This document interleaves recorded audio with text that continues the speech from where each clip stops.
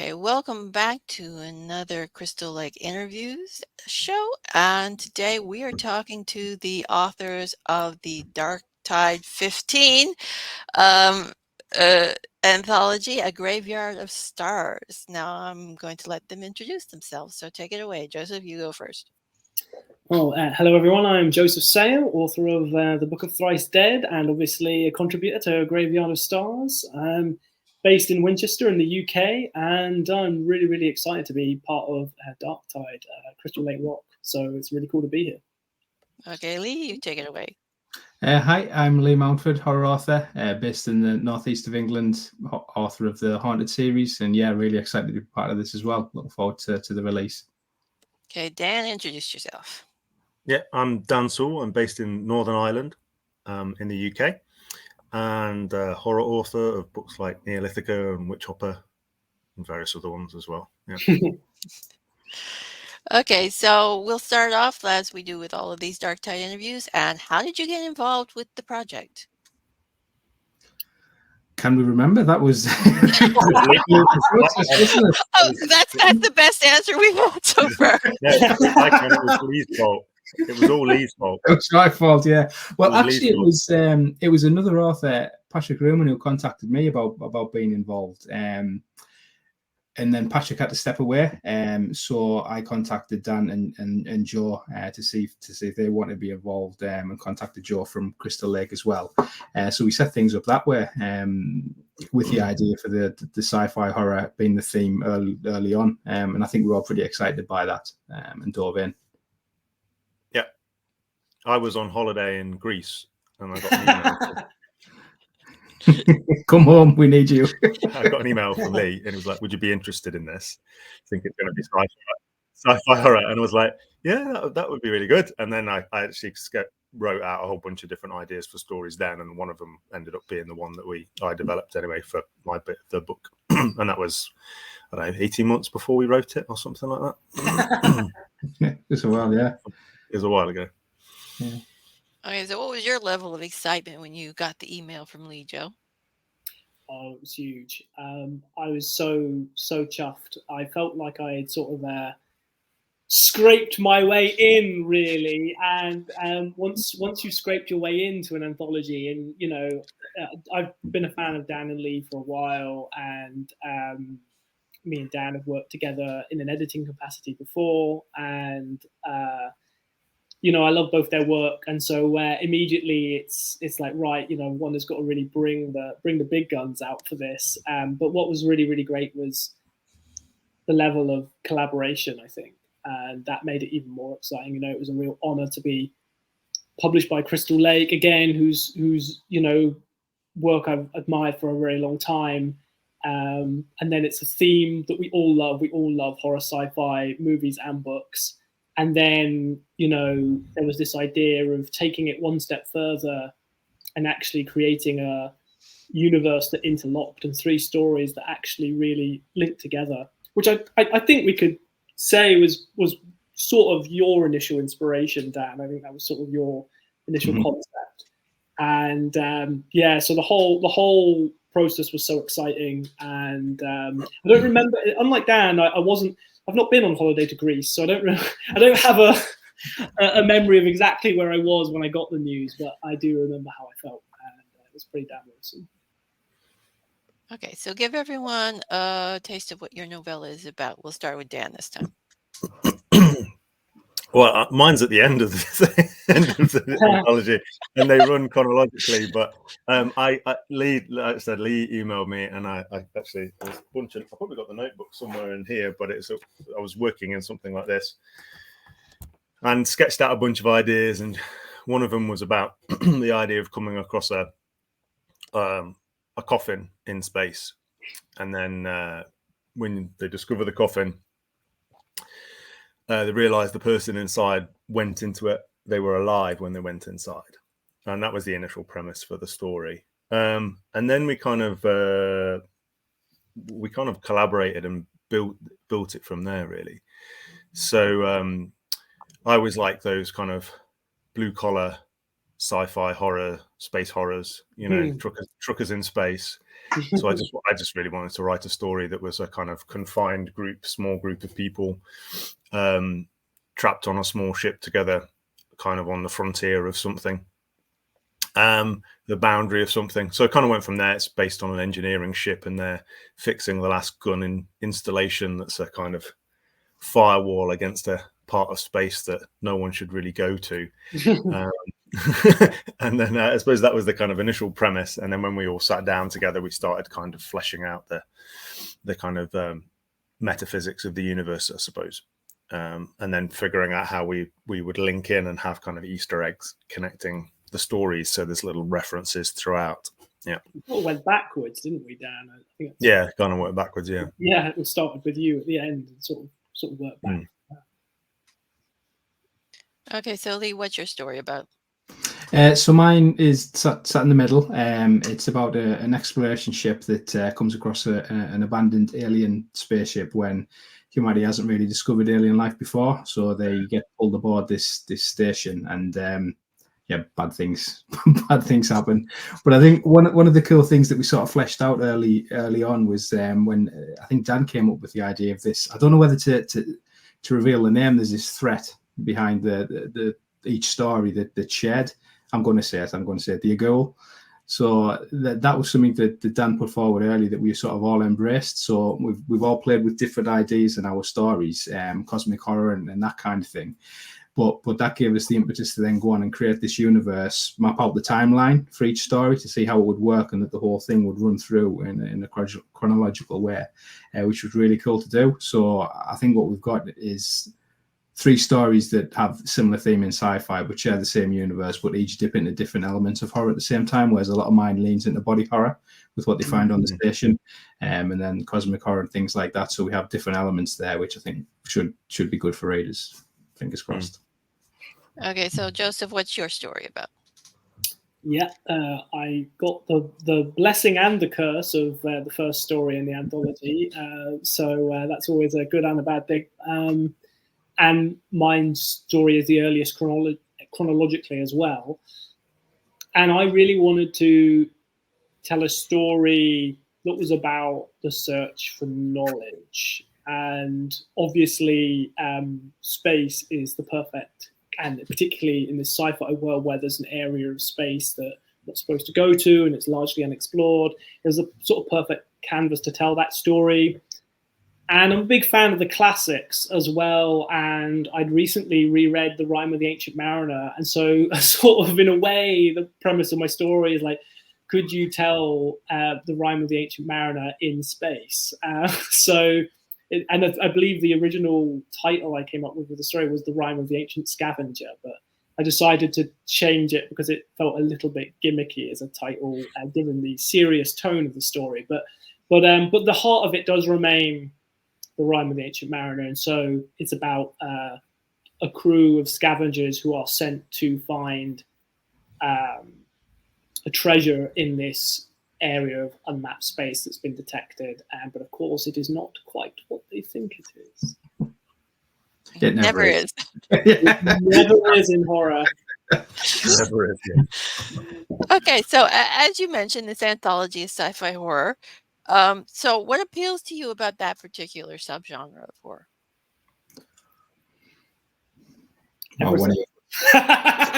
Yeah, I think it's such fertile ground, isn't it? I mean, there's more out there overall probably in movies and games than literature at the moment, although there are some fantastic works in literature as well. But it's that the fear of the unknown is so critical to horror, and space is possibly the ultimate version of that, what we don't know out there and things of that nature. So there's just so many different avenues you can go down. You can break free of the worldly constraints you set in the future. There's different technologies you can play with to open the story up. It's just really fertile ground, I think, that we just, personally, I love playing in. I think Dan and Joe certainly were the same in that regard. The dangers of space operate on, the horror elements operate on so many levels, don't they? Like on a practical level, space is just so ridiculously inhospitable. It's trying to kill you in 100,000 different ways as quickly as possible. It's trying to turn you into an icicle, deprive you of oxygen, crush you with gravity. smash you with an asteroid. Like space is just so ridiculously dangerous. So there's that practical material level, and then, as you say, Dan, there's like Lee, there's the sort of like psychological level of the fear of the unknown, the loneliness, the isolation, and that can lead you into like existential cosmic territory. And there's a whole spiritual question of it as well. So, and even if you went down a very hard sci-fi route and not into super ridiculous technologies, you know, the science that we think of as being set in stone and certain, like gravity, for example, actually the further out into space you go, the more scientists have to start putting question marks and asterisks and qualifications, because, you know, gravity does behave in really unusual ways and they don't fully understand it. And even these tried and tested rules, supposedly, of our reality don't operate the same way out there. And so that is such fertile ground for horror. Yeah. I just wanted to write a Space Truckers. Keep it grounded, Dan. Yeah. So I grew up watching movies like Outlander and Silent Running and Aliens and, you know, you name them, those kind of like blue collar sci-fi movies. I really like those. So I just wanted to write that. I think it's kind of underserviced in horror literarily. There's loads of, like we say, there's lots of movies we can pick, Event Horizon and all the rest of them, but there's not a lot of great books that are or stories that are kind of sci-fi horror explicitly. Great sci-fi books, but not that kind of are quite happy just being horror books by themselves, you know. So yeah, and there's some good big franchises as well, I suppose, but there's not like, you know, I don't know if there's like an equivalent of like It for sci-fi horror, you know, space horror. A really good example, isn't It's in space. Stephen King's missing out. Yeah, not that like ours is like It. I'm not claiming that. I'm just saying like it's open ground. Yeah. They say the same about the werewolf novel, right? Like, you know, we have the archetypal vampire novel in the form of Dracula. We have archetypal ghost stories like The Turn of the Screw. But archetypal werewolf novel is like still fair game, I'd say. But there's lots of great archetypal werewolf movies. So there are these weird areas, aren't there, where genres seem to dominate in one medium but not another. It's interesting. Yeah. Yeah. So to make a Crystal Lake link, Candice Nola's written a werebear Bishop. book. Bishop, Awesome. yeah. Yeah. And she's in Dark Tides 12, isn't she? Which number are we? 15? Yeah, she's in Dark Tide 14. I just interviewed her last interview. So. Yeah. She's the one before. Yeah, she's doing the hardcore horror. Yeah, the Fubar one, Yeah. Yeah. Awesome. Okay, so what were your inspirations behind the stories? I know you mentioned the Rime of the Ancient Mariner, Joseph. Anything else besides that poem? Yeah. There's definitely an occult undertone to the story. I can't stop myself blending genres, so it's already a genre blend of horror and sci-fi. But I'm like, I could just add one more blend into it as well. And so, you know, the quest for knowledge is you know, fundamentally occult at its root. And so one of the characters in the story is based on a very famous occultist. And those who know and will enjoy spotting that little reference in. But I think that search for knowledge is, I wanted to explore how that might be true 1,000 years in the past, but still true 1,000 years or 2,000 years in the future. That human desire for knowledge, which allows us to manipulate realities, which is what being a magician or an occultist is sort of the same. So that was another important influence in the story. Okay, so what about you, Dan? You mentioned you wanted to write a Space Truckers story. Is there any other inspirations you used? I suppose I kind of just started from the premise initially, which was just, you know, discovering a coffin in space, but someone was buried. Well, kind of the idea that they were buried alive, and then there's this, you know, maybe it wasn't as straightforward as it seems. That's really just an inciting incident, and then it was really that something's brought on board the ship that shouldn't be there. So it kind of, I suppose, references things like John Carpenter's The Thing and Alien, and a little bit like kind of Event Horizon, and Aliens. Yeah, all those movies I mentioned. Like, it's just a simple premise. They're trapped in there, and there's something very, very bad coming for them. But also that they're perhaps the thing that's been brought on the ship plays with their own reality a little bit. So that kind of speaks into the character arcs that people go through. But I don't know. I'm a fairly simple fellow, so I just go thought of space truckers. Who doesn't like them? So. So what about you, Lee? What were your inspirations? I suppose some of the big ones are the obvious ones. There's Event Horizon, huge fan of that film. Aliens, that kind of thing. The video game Dead Space was horror and space done really well. But then obviously my story leans into body horror quite a bit, so there's a little bit of sort of Cronenberg in there, and the thing like that Dan mentioned, things like that. And then without spoiling it, does lean into the cosmic horror side a little bit. So obviously maybe Lovecraft influences in that regard. So a bit of a mix, I think. So do you think the genre of sci-fi, especially when it's set into space, lends itself naturally to writing horror? Yes. Yeah. Well done. I think it does for the reasons Joe said. It's a scary place, and horror. A lot of great horror is done in isolated areas, and what could be more isolated than being on a moon millions of miles away, or the trapped spaceship or space station millions of miles away. There's no getting home. You are absolutely isolated, so it's perfect. It solves that narrative problem. Oh, sorry, Dan. After you. No, I was basically going to say what you were going to say, mate. It solves the narrative problem of trapping them and them not having mobile phones, right? This is like every horror author now has to go, how do I get rid of the mobile phones? I was going to say.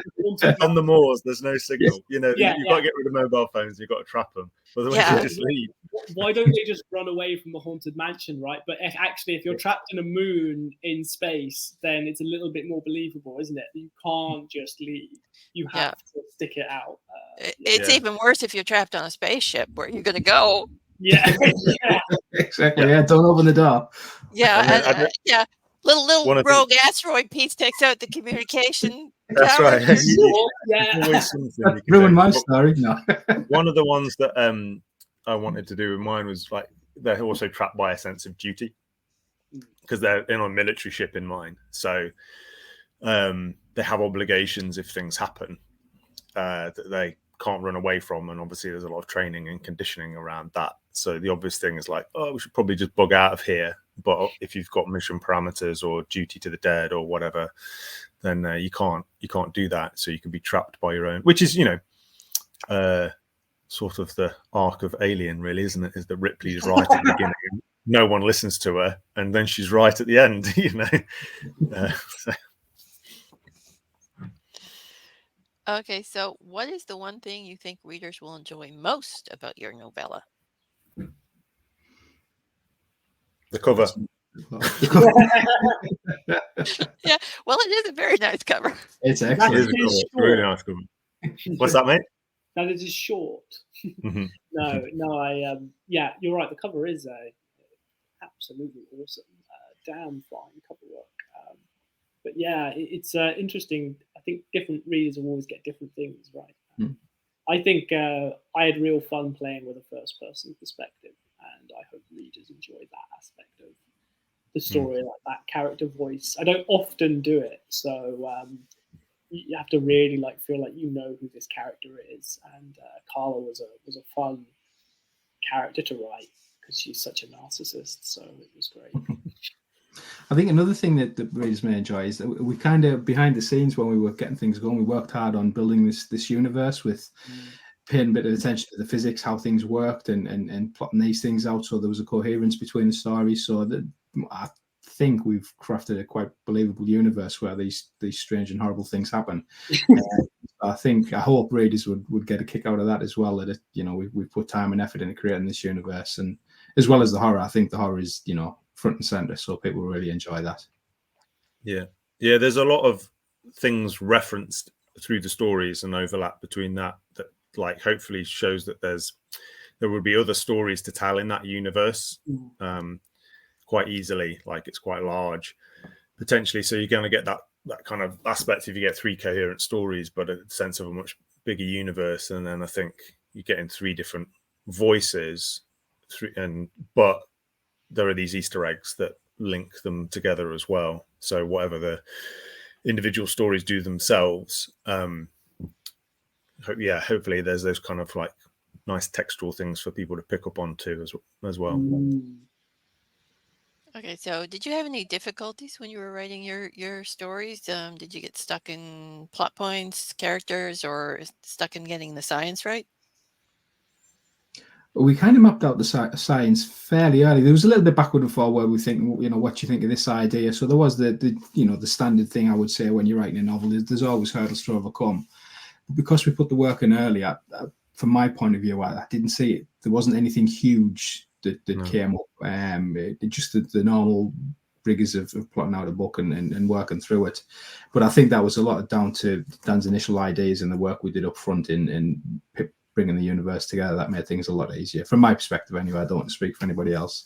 Yeah, I mean, we did a lot on that and it was fun. That was one of the most enjoyable parts of it, was doing lots of Zoom calls and just fleshing it out. And then we had like a Milanote file and we had all our Twitter conversations on, and then it moved on to Zoom and email. And then we kind of sat down and did a lot of formal planning. I had a kind of centralized document where we added things. We started generally, and then we started narrowing down to specifics.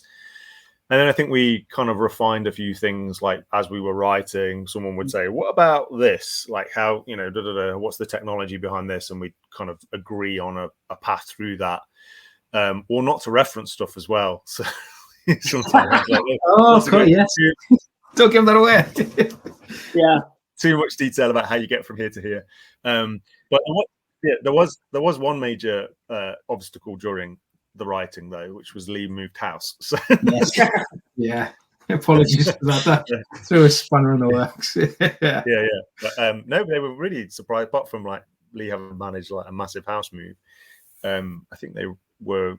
I wrote mine in 4 weeks, I think, the first draft. And then it was really fun to edit them together. I worked with Joe, and Joe's my regular editor for my novels, and I design a lot of his book covers. So we kind of Joe and I worked together a lot on different creative projects. But it was nice for me to edit Joe and Lee.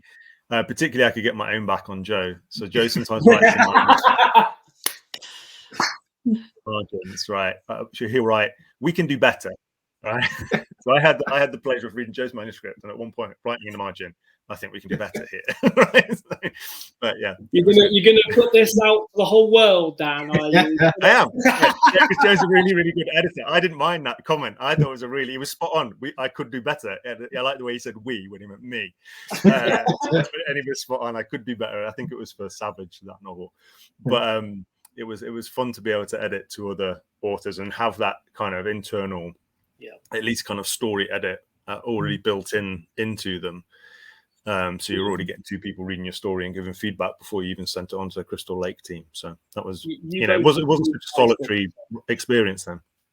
This is the first time I've collaborated, and it was great.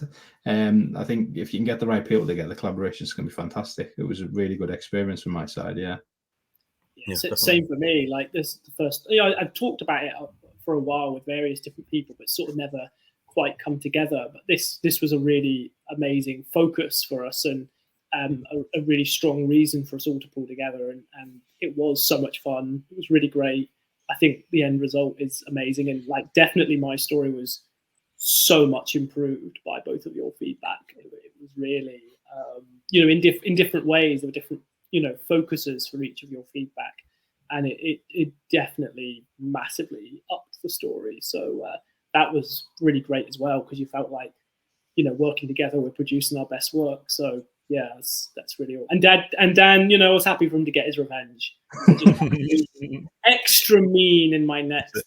But there was that element of, because you're writing with 3 people and you've kind of co-developed the world. There's reciprocity, but there's, like, I think Joe kind of hinted towards it there. There's also an element of you don't want to have the worst story in the collection. So you kind of like want to compete, because Joe's got so many big series and massive imagination, and so's Lee, and Lee's such a massive bestseller. So you kind of think, I've got to better do a good job here.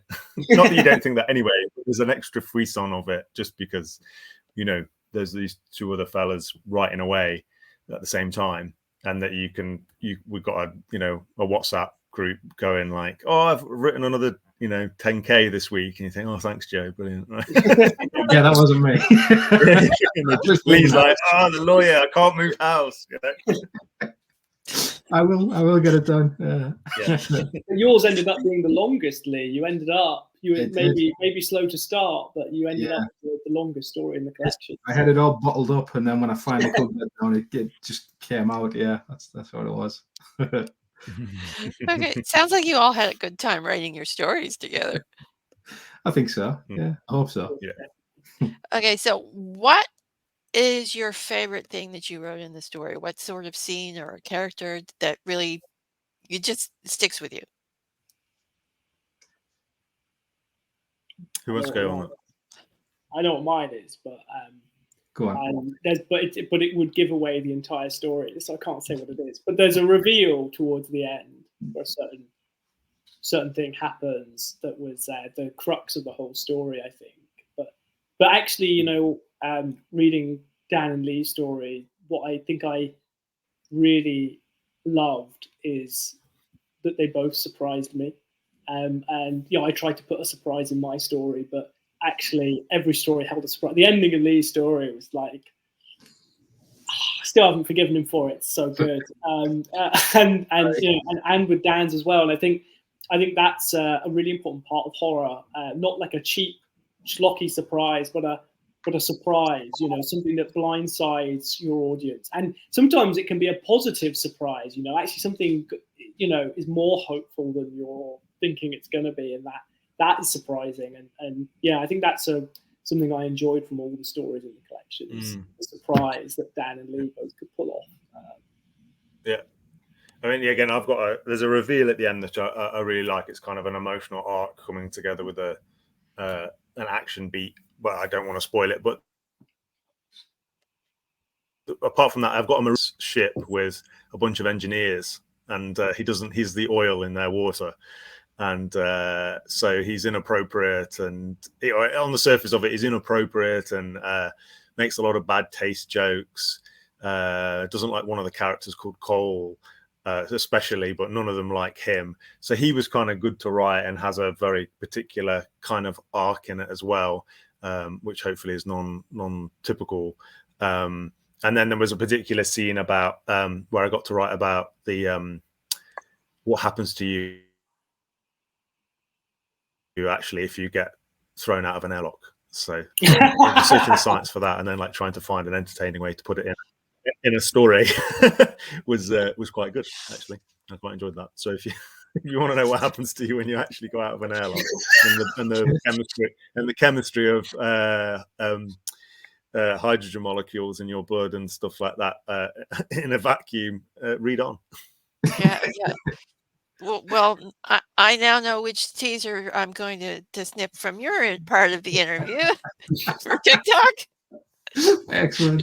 Okay, so what about you, Lee? Do you have a favorite part in your story that you really enjoy writing?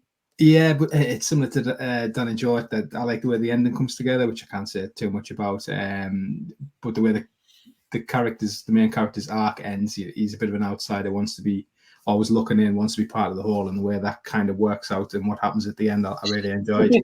But for stuff that I can non-spoilery, I like the universe that we created and that we played with. I know I've mentioned it before, but I think what we did there was really cool, and to sort of play about in that. We've got these different time periods that you can tell things a little bit more advanced as they go on. But yeah, it was really cool, that element. It's the first time I've created such a. Normally my stories are set in the real world or Victorian times, but it grounded a bit more in reality, whereas we could cut loose a little bit more with this, and that was really, really fun. Yeah, I remember we had one point where we had to have a conversation about what did we call it? A new interstellar calendar. Yeah. We could kind of get around the thing of like, what's the date? Yes. Why don't we just Yeah, so we created a new interstellar calendar that's like a break from, you know, Gregorian type calendar. Yeah. And then we were like, okay, well, how do we actually work out the mechanics of how far apart stories are set and stuff? So that was kind of like just the kind of internal logistics of it was kind of fun to be able to work out too, even though hopefully it's laborious on the page. No, and it came about quite late in the process, didn't it? That wasn't one of the things we nailed early on. It was came about when we ordering these. What is the game? It was, and I think it's because I had a mission log, didn't I, at the start of it, and I wanted to put a star date on it. I think you did as well, and we were like, "What is the star date?" Yeah. Okay, so what is it about horror in general that appeals to you? The money. So obviously sarcasm. You're not helping, Dan, with the American audiences have that British people are entirely sarcastic. Yeah. The fame, the money, yeah. Horror's always been my thing. I don't know about you two, but it's just always been there. I've always had a love for horror over most of all other genres. And I've tried to think on why that is, but it's not set from any specific event or anything like that. It's just always kind of been there, like scary stories as a kid, and that's just sort of developed as things have went on. So maybe I'm just broken in the head. That might be it. Okay, so what about you, Joseph? What appeals to you about writing horror? I think, I think for a long time I knew I wanted to be a writer and was trying to write, and I always felt like there was something held back, or I always felt like there was something sort of missing, and it was almost like the things I was trying to write. Well, one, they were just sort of imitations of what other writers were doing, like a imitation of Tolkien or an imitation of.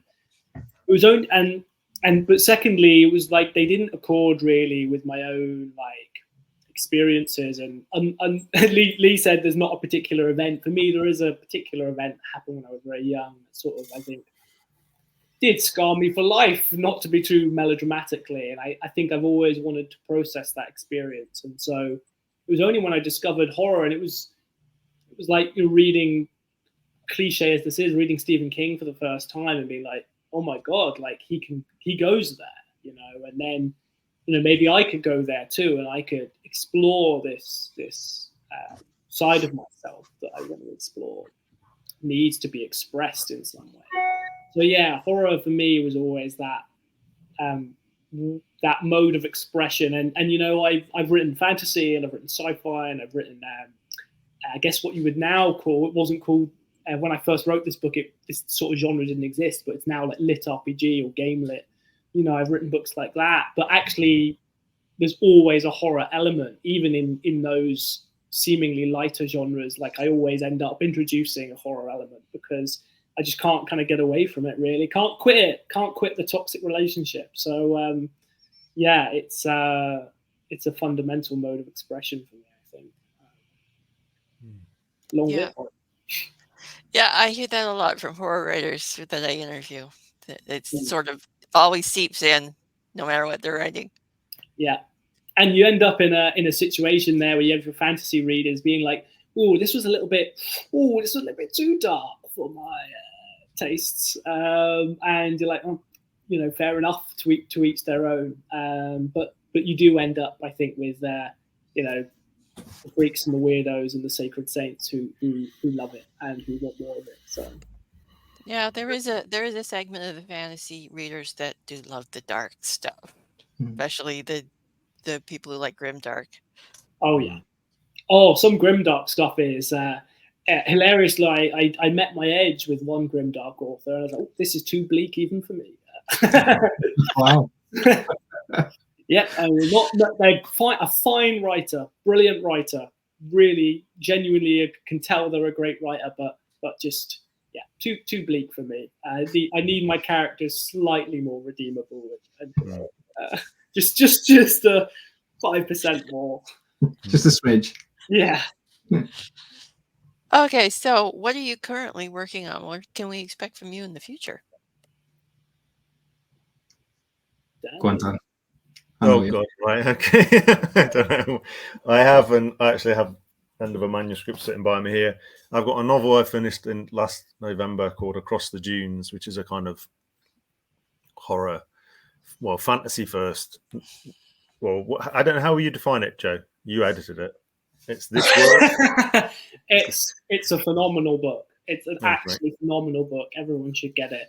Across the Dunes. Yeah, I would describe it as like a dark fantasy. But it's set in this world, so it's more like a Neil Gaiman or a Graham Joyce. That it's our world, but with fantasy I guess under some the people might call it magical realism, right? magical realism. Could be that. So it's that fantasy, but tinged with a lot of kind of horror elements. And I am editing that and going through beta readers at the moment, and then preparing it for submissions to agents and presses and things like that. And then I'm currently writing a novel, which is a crime novel, because apparently crime does pay, I hear. So I'm writing a crime novel. I'm about 40k into it. It's called called not Cross the Dunes. It's called House of Teeth.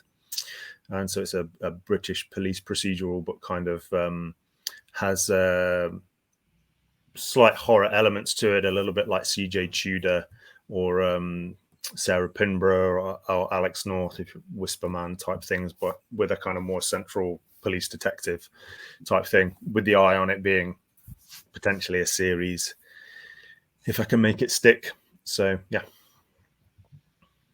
Okay, so what about you, Joseph? What do you got coming up? I'm working on something quite top secret at the moment, but I'm also I think I can. Well, I know, yeah, got to lure them in with the intrigue.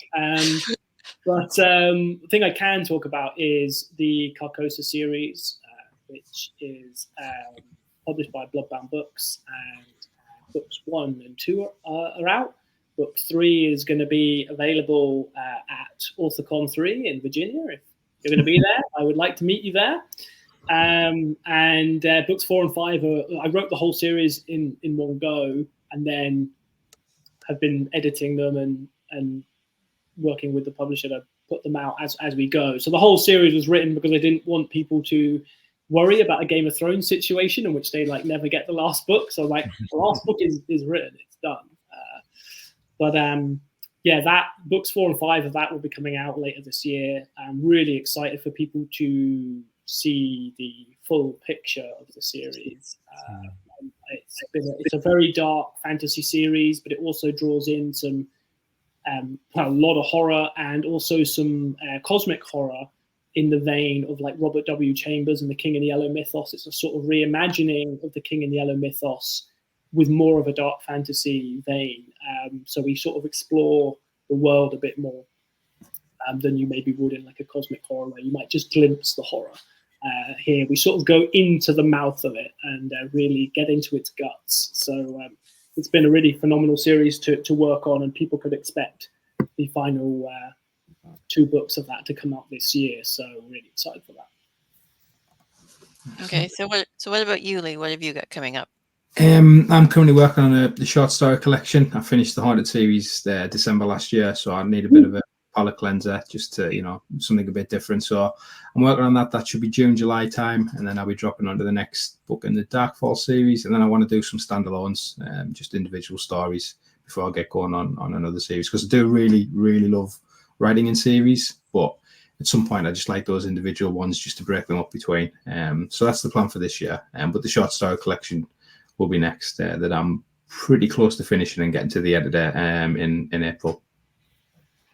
Great. Looks like we have a lot to look forward to from you 3. So that's great.